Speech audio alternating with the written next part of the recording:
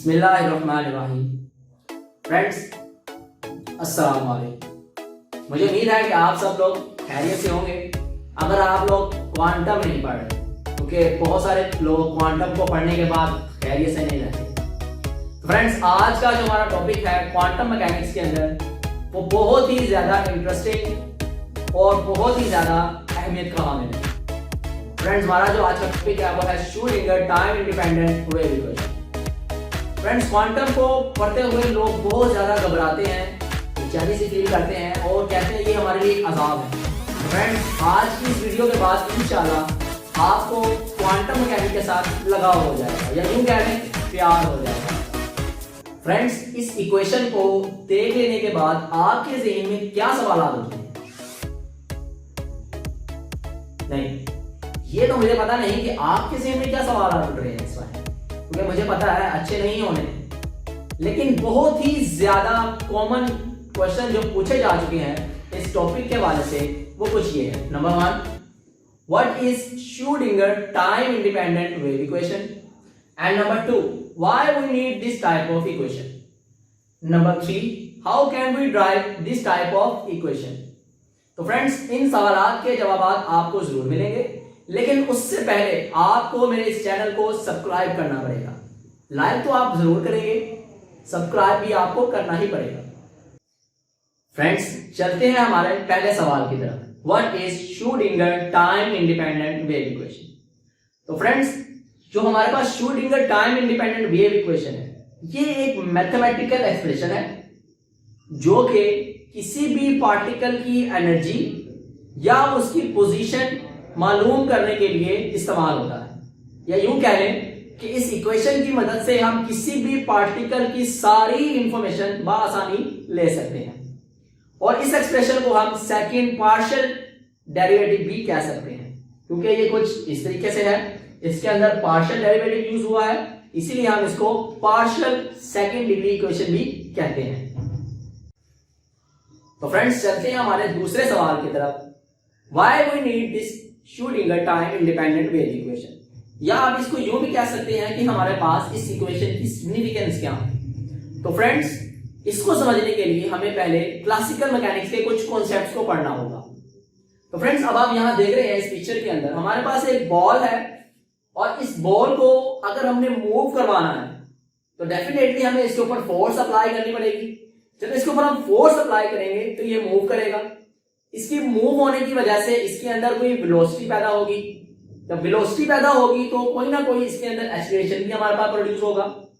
तो फ्रेंड्स, जब हमारे पास वेलोसिटी आ रही है, एक्सीलरेशन भी हमें मिल रहा है, तो इनकी मदद से हम इस बॉल की एनर्जी भी फाइंड आउट कर सकते हैं, और इस बॉल की किसी भी टाइम पर पोजीशन को भी हम बआसानी मालूम कर सकते हैं।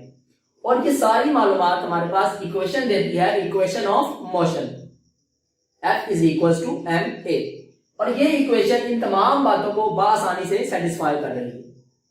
तो फ्रेंड्स, ये तो बात कर रहे थे हम बॉल की, लेकिन अगर हम बात करते हैं हमारी गैलेक्सीज की, जो हमारे पास स्टार्स हैं, सितारे हैं जो मूव कर रहे हैं, आप देख रहे हैं जैसे कि सूरज के गिर्द ये तमाम अर्थ है, मून है, ये एक मिदार के अंदर जो है वो मूव कर रहे हैं। तो फ्रेंड्स, हमें इनकी भी पोजीशन, इनकी भी एनर्जी अगर हमने फाइंड आउट करनी है तो हम इस इक्वेशन के जरिए F is equals to ma के जरिए सारी मालूमात हासिल कर सकते हैं। लेकिन फ्रेंड्स, जब हम चले जाते हैं छोटे लेवल की तरफ, छोटे आपके भाई की बात नहीं, बल्कि हम छोटे पार्टिकल्स की बात कर रहे हैं जो बहुत ही माइक्रो लेवल पर होते हैं। फॉर एग्जांपल, इलेक्ट्रॉन्स की बात करें, फोटॉन्स की बात करें, तो फ्रेंड्स, वहां पर जब हमने किसी भी स्मॉल पार्टिकल की एनर्जी फाइंड करनी हो या पोजीशन फाइंड करनी हो, तो ये इक्वेशन वहां पर फेल हो जाती है, या यूं कह लें कि इस लाजवाब हो जाती है, इसके पास कोई जवाब नहीं कि उसके बारे में कोई इंफॉर्मेशन हमें दे सके। तो फ्रेंड्स, यहां पर आकर जब क्लासिकल मैकेनिक्स स्टॉप हो जाती है तो हमें आना पड़ता है क्वांटम मैकेनिक्स के अंदर। तो क्वांटम मैकेनिक्स के अंदर हमें जो इक्वेशन की जरूरत पड़ी कि वो तमाम मालूमात हमें दे सके, तो फ्रेंड्स, वो हमारे पास ये इक्वेशन है Schrodinger time independent wave equation. तो Schrodinger time independent wave equation क्या करती है? वो तमाम स्मॉल पार्टिकल्स की भी हमें सारी की सारी इंफॉर्मेशन बआसानी दे सकती है। एज इट इज तो नहीं, लेकिन उस तरह की मिलती जुलती हमें कोई ना कोई वैल्यूज लाजमी देती है। आगे चल के पढ़ेंगे कि किस तरीके से हम किसी भी पार्टिकल की हम प्रोबेबिलिटी फाइंड आउट कर सकते हैं, एनर्जी को फाइंड आउट कर सकते हैं by using this equation, Schrodinger time independent wave equation. तो फ्रेंड्स, ये तो हमें पता लग गया कि हमारे पास Schrodinger time independent wave equation क्या बताती है। तो फ्रेंड्स, आखिर ऐसी क्या वजह हुई कि ये इक्वेशन फेल हो गई? तो फ्रेंड्स, इसके बारे में हमें बताया डी ब्रोगली हाइपोथेसिस ने कि जब भी कोई पार्टिकल मूव करता है तो वो एज अ वेव हमारे पास कंसीडर किया जा रहा होता है, और जब वो स्ट्राइक करता है तो उस वक्त वो एज अ मैटर कंसीडर किया जाता होता है। इसीलिए जब भी कोई पार्टिकल मूव कर रहा होता है, स्मॉल पार्टिकल, तो उसकी एनर्जी और उसकी पोजीशन को हम बआसानी मालूम नहीं कर सकते। उसके लिए हम क्या यूज कर रहे होते हैं? Schrodinger time independent wave equation. तो फ्रेंड्स, चलते हैं हमारे तीसरे सवाल की तरफ कि हम इस इक्वेशन को किस तरीके से ड्राइव करेंगे। तो फ्रेंड्स, इस इक्वेशन को ड्राइव करने के लिए हमें तीन चीजों की बहुत ज्यादा जरूरत होगी। Number 1, classical plane wave equation, and number 2, energy conservation, and number 3, very important, de Broglie hypothesis. Friends, इन तीन चीजों को हमें यूज करना होगा और अपनी जो गिवन इक्वेशन है उसको ड्राइव करना होगा। तो फ्रेंड्स, इस्तेमाल करते हैं स्टार्ट में सबसे पहले क्लासिकल प्लेन वेव इक्वेशन। तो friends, classical plane wave equation क्या होती है? ये इस तरह की इक्वेशन है जो किसी भी वेव फंक्शन को एक्सप्लेन करने के लिए काम आती है। तो फ्रेंड्स, अभी मैंने आपको बताया कि जब भी कोई पार्टिकल मूव करता है तो उसके साथ वेव एसोसिएट होती है, तो उस वेव के बारे में एक्सप्लेनेशन हमें क्लासिकल प्लेन वेव इक्वेशन बताती है। ये एक जनरल इक्वेशन है, एक अलग से इसका टॉपिक बनता है, अगर आप कहेंगे तो वो आपको जरूर दे दिया जाएगा। तो फ्रेंड्स, अब हम चलते हैं हमारे डेरिवेशन की तरफ। तो डेरिवेशन करने के लिए हमें सबसे पहले जरूरत पड़ेगी क्लासिकल प्लेन वेव इक्वेशन। तो friends, classical plane wave equation हमारे पास del square into phi is equals to 1/v square into partial second derivative of phi with respect to time। तो फ्रेंड्स, यहाँ पे जो हमारे पास लेफ्ट साइड पे phi है, ये हमारे पास एक स्पेस फंक्शन है, या आप कह लें वेव फंक्शन, और ये डिपेंड करता है किसके ऊपर? टाइम के ऊपर भी और स्पेस के ऊपर भी। और फ्रेंड्स, ये जो आपको डेल स्क्वायर नजर आ रहा है, ये हमारे पास एक इक्वेशन है।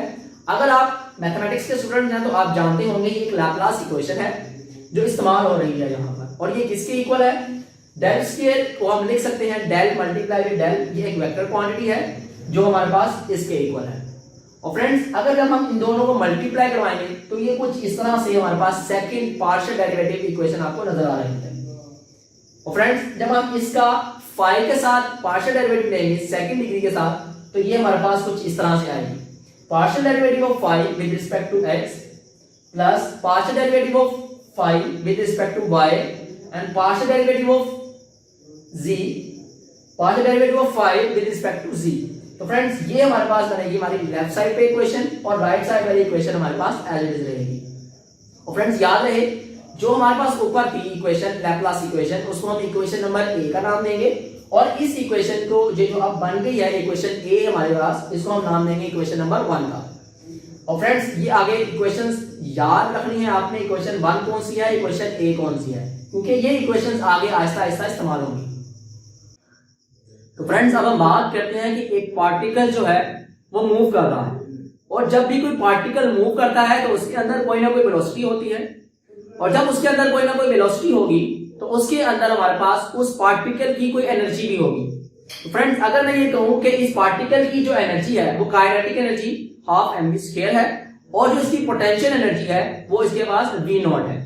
तो फ्रेंड्स, तो इसकी टोटल एनर्जी अगर हम बात करेंगे तो वो किसके इक्वल आएगी? E is equal to kinetic energy plus potential energy. तो फ्रेंड्स, यहां पर हम यूज कर रहे हैं किसको? फ्रेंड्स, यहां पर हम यूज कर रहे हैं एनर्जी कंजर्वेशन को। तो फ्रेंड्स, हमारी जो दूसरी चीज थी वो यहां पे हमने इस्तेमाल की है। तो एनर्जी किसके इक्वल आ जाएगी? हाफ mv² प्लस v0 के।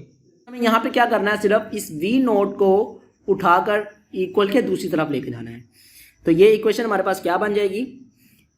Half mv² is equal to e minus v0। तो फ्रेंड्स, यहाँ पे जो 2 डिवाइड हो रहा है इसको दूसरी तरफ ले जाकर मल्टीप्लाई करेंगे तो ये बन जाएगा M V square is equals to 2 into E minus V not. और अगर हम इस इक्वेशन को दोनों तरफ m से मल्टीप्लाई कर दें तो ये इक्वेशन बन जाएगी M square V square is equals to 2m into E minus V not. और अगर अब हम क्या करेंगे, अब हम दोनों तरफ इसका स्क्वायर रूट ले लेंगे। तो स्क्वायर रूट लेने से क्या आएगा, एम वी इज इक्वल आएगा square root of 2m into E minus V not. और फ्रेंड्स हम इसको भी एक इक्वेशन का नाम दे देंगे। और फ्रेंड्स आपको जैसे कि मैंने बताया था कि हमें यहाँ पर यूज़ करना पड़ेगा डी ब्रोगली हाइपोथेसिस को। और डी ब्रोगली ने हमें क्या कहा था कि जब भी कोई पार्टिकल मूव करता है तो उसके साथ कोई ना कोई वेव एसोसिएट होती है। और डी ब्रोगली ने हमें एक इक्वेशन भी दी थी जिसको हम डी ब्रोगली इक्वेशन का नाम भी देते हैं, lambda is equals to H over M B. यहाँ पे जो लैम्डा है ये किसी भी मैटर की वेवलेंथ को शो करता है। एच हमारे पास एक कांस्टेंट है, प्लांक्स कांस्टेंट। एम बी ये एक हमारे पास मोमेंटम है और इसका भी नाम हम क्या देते हैं, डी ब्रोगली वेवलेंथ। तो फ्रेंड्स यहाँ से हम एम बी की वैल्यू पुट करेंगे जो हमने पीछे प्रीवियस इक्वेशन के अंदर, इक्वेशन नंबर 2 के अंदर हमने यूज़ की हुई है, उसको हम यहाँ पे इक्वेशन में पुट करेंगे, इक्वेशन नंबर 3 में पुट करेंगे। तो फ्रेंड्स ये इक्वेशन बन जाएगी lambda is equal to H over square root of 2m E minus V not. और फ्रेंड्स जैसे कि आप जानते हैं कि लैम्डा इज इक्वल होता है c ओवर f के। यहाँ पे जो c है ये डिनोट करता है स्पीड ऑफ लाइट को। लेकिन फ्रेंड्स आपको पता है कि कोई भी पार्टिकल स्पीड ऑफ लाइट की तरह मूव नहीं कर पाता, तो इसीलिए हम c को रिप्लेस करेंगे v के साथ। तो लैम्डा इज इक्वल होगा v ओवर f के। और फ्रेंड्स लैम्डा की जगह हम वैल्यू पुट करेंगे v ओवर f। तो v over f is equal आएगा h over square root of 2m into E minus V not के। तो फ्रेंड्स अब हम दोनों तरफ इक्वेशन को मल्टीप्लाई करवा देंगे, बल्कि हम दोनों तरफ स्क्वायर ले लेते हैं। तो ये इक्वेशन हमारे पास बन जाएगी v square over f square is equals to h square over square root, square से कैंसिल आउट हो जाएगा, बचेगा 2m into E minus V not. तो फ्रेंड्स अब हमने जस्ट क्या करना है, रिप्लेसमेंट करनी है, आप यूँ कह लें कि क्रॉस मल्टीप्लिकेशन करनी है। और हमने इस एक्सप्रेशन को बना लेना है 1 over V square is equals to 2m E minus V not over f square into h square. और ये इक्वेशन नंबर 7 कहलाएगी। तो फ्रेंड्स हमें पता है कि ऐसे फंक्शंस जो मूव करते हैं उसको हम ये भी कहते हैं कि हार्मोनिक विद टाइम होते हैं, और इसको हम कह सकते हैं कॉस ओमेगा टी या साइन ओमेगा टी। और अगर हम इनको कंबाइन करके बोलते हैं तो ये हमारे पास बनता है ई की पावर में iota omega T in combined form. तो फ्रेंड्स इसको हम इस तरह भी लिख सकते हैं phi X Y Z T. ये फ्रेंड्स हमारे पास स्पेस के ऊपर डिपेंड कर रहा है, ये सारा फाई फंक्शन इज इक्वल होगा एक दूसरा फंक्शन साई जो डिपेंड कर रहा है एक्स वाई जी पे इंटू ई की पावर में आयोटा ओमेगा टी। तो फ्रेंड्स इसको हम नाम देंगे इक्वेशन नंबर 8 का। तो अब हम क्या करने लगे हैं, अब हम इसको डेरिवेट करने लगे हैं विद रिस्पेक्ट टू टाइम। अब विद रिस्पेक्ट टू टाइम ही क्यों डेरिवेट करने लगे हैं, क्योंकि हमने ये एक ऐसी इक्वेशन बनानी है जो कि टाइम इंडिपेंडेंट बने। तो इसलिए हम यहाँ पे सेकंड पार्शियल डेरिवेटिव हमने लेना है विद रिस्पेक्ट टू टाइम। तो जब हम इसका पार्शियल डेरिवेटिव लेंगे, क्योंकि फंक्शन जो है वो तो एक एज अ कांस्टेंट ट्रीट होगा, क्योंकि इसके अंदर कोई टाइम वाली वैल्यू नहीं है। लेफ्ट साइड पे ये हमारे पास क्या आ जाएगा, second partial derivative of phi with respect to time. Right side पे इज इक्वल के राइट साइड पे फाई, ये जो साई है ये हमारा फंक्शन एज इट इज रहेगा। ई ओमेगा टी के जब हम डबल डेरिवेटिव लेंगे तो ये हमारे पास आएगा ओमेगा आई की पावर का स्क्वायर हो जाएगा, क्योंकि 2 दफ़ा लिया है। ई की पावर में iota omega t as it is आ जाएगा। तो फ्रेंड्स नेक्स्ट स्टेप में ओमेगा का स्क्वायर और आयोटा का स्क्वायर। और फ्रेंड्स हमें पता है आयोटा स्क्वायर इज इक्वल होता है -1 के, तो जस्ट हमने उसकी वैल्यू पुट की है इनटू ई की पावर में आयोटा ओमेगा टी आ जाएगा। नाउ फ्रेंड्स अब हमने दोबारा से डिफरेंशिएट करना है इक्वेशन नंबर 8 को, लेकिन विद रिस्पेक्ट टू स्पेस, मतलब एक्स वाई और जी के रिस्पेक्ट हमने उसको डिफरेंशिएट कर रहा है। तो जब हम फंक्शन को डेरिवेट करेंगे विद रिस्पेक्ट टू स्पेस, तो second partial derivative of phi with respect to x plus second partial derivative of five with respect to Y, second partial derivative of five with respect to Z. On left side पे अगर हम बात करेंगे हो गया, और right side के लिए तो ये जो हमारे पास साई फंक्शन है इसका भी हम डेरिवेटिव लेंगे, तो सेम एक्स के साथ, वाई के साथ और जी के साथ हमने इसका पार्शियल डेरिवेटिव लेना है। और ई की पावर आयोटा ओमेगा टी एक कॉन्स्टेंट ट्रीट होगा, ये एज इट इज़ आ जाएगा। तो फ्रेंड्स इसको हम नाम देंगे इक्वेशन नंबर 10 का। तो फ्रेंड्स अब हमने क्या करना है, इक्वेशन नंबर 7, 9 और 10 को इक्वेशन नंबर 1 के अंदर पुट करना है। मतलब इक्वेशन नंबर 7, 9 और 10 में जो जो वैल्यूज़ हमने निकाल ली हैं, ड्राइव कर ली हैं, उसको हमने यूज़ करना है इक्वेशन नंबर 1 के अंदर। तो फ्रेंड्स इक्वेशन नंबर 1 यहाँ आपके सामने है। तो ये जो हमारे पास लेफ़्ट साइड वाली वैल्यूज़ हैं ये हमने कहाँ पे वैल्यूज़ फाइंड आउट कर ली हैं, ये हमने फाइंड आउट कर लिया है इक्वेशन नंबर 10 में। तो इसकी जगह हम यहाँ पे ये पुट कर देंगे। और फ्रेंड्स 1/v², ये हमने इक्वेशन नंबर 7 में वैल्यू फाइंड आउट करी है 2m into E minus V not divided by f² into h²। और सेकेंड पार्शियल डेरिवेटिव ऑफ 5 जो हमने यहाँ पर साई, जो हमने इक्वेशन नंबर 7, 9 और 10 को अब हम पुट करने लगे हैं इक्वेशन नंबर 1 के अंदर। तो फ्रेंड्स लेफ़्ट साइड पे जो हमारे पास इक्वेशन नंबर 1 के लिखा हुआ है वो हमने ड्राइव कर लिया है इक्वेशन नंबर 10 में, उसको हम यहाँ पुट करेंगे। और राइट साइड पे 1/v² की जो वैल्यू हमने फाइंड की है इक्वेशन नंबर 7 में वो हम यहाँ पर पुट करेंगे। और friends second partial derivative of 5 with respect to time जो हमने फाइंड आउट किया है इक्वेशन नंबर 9 के अंदर, उसको हम यहाँ पे उसकी जगह पुट करेंगे। तो फ्रेंड्स यहाँ पे जो अब हमारे पास इक्वेशन बन गई है वो बनी है second partial derivative of psi with respect to space is equal आएगा 2m into E minus V not divided by f² h² into -1 omega into psi into e की पावर ओमेगा आयोटा टी। तो friends उसके बाद हमने क्या करना है, just हमने ओमेगा² की वैल्यू को पुट करना है। ओमेगा² इज इक्वल होता है 2πf², तो ओमेगा का स्क्वायर जब हम लेंगे तो 4π² f² इंटू साई, ये एज इट इज़ आ जाएगा। और इसके साथ हम मल्टीप्लाई करेंगे ई की पावर में आयोटा ओमेगा टी, बाकी लेफ़्ट साइड वाली वैल्यू हमारे पास एज इट इज़ रहेगी। तो फ्रेंड्स उसके बाद यहाँ पे आप देख रहे हैं कि f² नीचे वाले f² से कैंसिल आउट हो जाएगा, तो ये इक्वेशन बनेगी -m into E minus V not into 4π² psi over h²। तो फ्रेंड्स यहाँ पे अब हमारे पास ये जो 4π² है इसको और नीचे वाले h² को यूज़ करके हम क्या लिखेंगे नीचे h²। h² हमारे पास किसके इक्वल होता है, h² इज इक्वल होता है h इज इक्वल टू 2π तो क्योंकि यहाँ पे दोनों का हम स्क्वायर लेंगे, ऑलरेडी स्क्वायर मौजूद है हमारे पास, तो नीचे हमारे पास क्या आ जाएगा h² का स्क्वायर। तो ये क्वेश्चन हमारे पास बन जाएगी question number 11 -2m into E minus V not into psi over h²। तो this is the Schrodinger time independent wave equation in 3 dimensional. For 1 dimensional we can write it as we use just x axis, तो partial second derivative of psi with respect to x is equals to 2m into E minus V not psi over h²। तो friends अब हमने क्या करना है, just replacement करनी है, नीचे वाले h² को उधर ले जाके मल्टीप्लाई करवाना है। 2m जो राइट साइड पे मल्टीप्लाई हो रहा है वो उधर जाके डिवाइड हो जाएगा, और ई माइनस वी नॉट और साई को हम इधर ही रहने देंगे। E minus V naught is equal आ जाएगा, अब माइनस का साइन जो इधर है वो भी लेफ्ट साइड पे ही चला जाएगा, -h² over 2m। Second partial derivative of psi with respect to x is equals to E psi minus V not psi. अब साई को भी हमने अंदर मल्टीप्लाई करवा दिया। अब ये पोटेंशियल और मल्टीप्लाई जो साई हो रहा है इसको हम इक्वेशन के लेफ्ट साइड पे ले गए हैं, तो ये पॉजिटिव हो जाएगा, नेगेटिव था। तो फ्रेंड्स यहाँ पे ये जो इक्वेशन अब हमारे पास बनी है -h² over 2m into partial derivative of x with respect to psi plus V not into psi is equals to ई साई।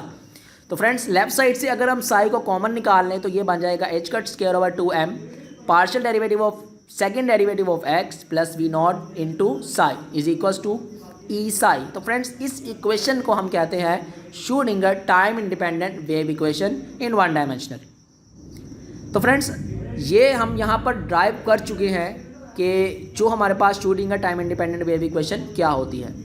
लेकिन अगर हम इसको और थोड़ा सा मज़ीद आगे बढ़ाएं तो ये जो फंक्शन आपको दिखाई दे रहा है इसके अंदर साई के अंदर वाला ये ब्रैकेट के अंदर जो है इसको हम हैमिल्टोनियन फंक्शन भी कहते हैं, इक्वेशन को भी हम नाम देते हैं हैमिल्टोनियन का। तो अगर हम इस पूरी वैल्यू की जगह कैपिटल H यूज़ करें इसकी जगह सिंबल, तो ये H psi is equals to E psi आएगा। और ये हमारे पास क्या होती है, ये हमारे पास it is the total energy of the particle, कि ये किसी भी पार्टिकल की एनर्जी को रिप्रेजेंट करता है। तो फ्रेंड्स अब आप देख रहे हैं इस डायग्राम के अंदर कि ये एक वेव फंक्शन सा हमारे पास आ रहा है। तो फ्रेंड्स बताता चलूँ कि अगर आपने किसी भी पार्टिकल की पोजीशन फाइंड आउट करनी है तो फ्रेंड्स आपको उस फंक्शन का स्क्वायर लेना होगा, स्क्वायर मोड लेना होगा। ये स्क्वायर मोड लेने से क्या होता है, तो फ्रेंड्स आप यहाँ देख रहे हैं कि इस वेव के अंदर आप कोई भी 2 पॉइंट्स सेलेक्ट कर लें और इन 2 पॉइंट्स के अंदर आने वाला जितना भी एरिया है उसको अगर आप फाइंड कर लें, फाइंड किस तरीके से किया जाता है, विद इंटीग्रेशन। यहाँ देख रहे हैं आप P प्रोबेबिलिटी को यहाँ पे शो कर रहा है कि P is equals to integration of square of function. तो यहाँ पे आपको क्या मिल जाएगा, इसके अंदर का एरिया जहाँ पे इसकी कर्व ज़्यादा है यहाँ पर उस पार्टिकल के पाए जाने की प्रोबेबिलिटी ज़्यादा है, जहाँ पे फंक्शन की कर्व कम है वहाँ पे पाए जाने की प्रोबेबिलिटी कम है। अगर हम इस पूरे ही फंक्शन को इंटीग्रेट कर दें लेफ़्ट से लेके राइट तक, मतलब -∞ से +∞ तक, तो इसकी प्रोबेबिलिटी 1 आएगी कि कहीं ना कहीं पार्टिकल लाजमी मौजूद है। और अगर हम बात करते हैं in terms of momentum, it can be written as H is equals to ½ mv² plus v0x। तो यहाँ पे हम इसको डिस्कस कर रहे हैं इन टर्म्स ऑफ मोमेंटम। तो यहाँ पे हमें क्या करना है, जस्ट मल्टीप्लाई और डिवाइड करेंगे। अगर हम दोनों तरफ m को तो ऊपर और नीचे मल्टीप्लाई भी करेंगे और डिवाइड भी, तो ये बनेगा m² v²/2m प्लस v0x। तो m² और v² मतलब हमारे पास यहाँ पे p² मतलब मोमेंटम का स्क्वायर आ गया, divided by 2m plus v0x। तो यहाँ पर हमने इसको शो कर दिया है इन टर्म्स ऑफ मोमेंटम।